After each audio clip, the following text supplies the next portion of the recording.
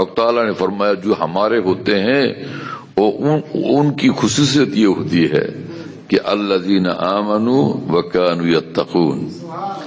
کہ وہ ایمان لے آتے ہیں، ایمان لانے کے بعد وہ بالکل ہمیشہ ہماری ہی پسندیدہ کام میں مصروف رہتے ہیں، مشغول رہتے ہیں، بلفظ دیگر یہی ان کا مشغلہ حیات رہتا ہے، یہی ان کا مشغلہ رہتا ہے، یہی ان کا مشغلہ حیات رہتا ہے، یہی ان کے انفاس سے حیات ہوتے ہیں، یہی ان کے لمحات حیات کا رنگ ہوتا ہے، رنگ تقوی، رنگ طاعت، رنگ دین، تابت باقی بوت بر عابدین، جو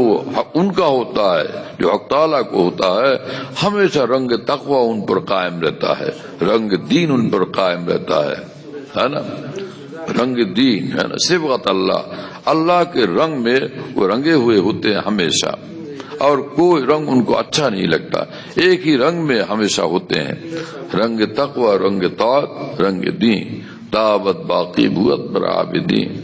اور یہی ان کا مشغلہ حیات ہوتا ہے، محبوب ہمارا خوش رہے ہمیشہ، ہے نا،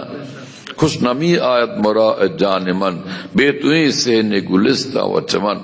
اے محبوب پاک آپ کے بغیر، آپ کی خوشی کے بغیر، آپ کے قرب کے بغیر، اور آپ کی معیت کے بغیر، اور آپ سے حسن تعلق کے بغیر، اچھے تعلق کے بغیر، اور آپ سے گہرے تعلق کے بغیر مجھے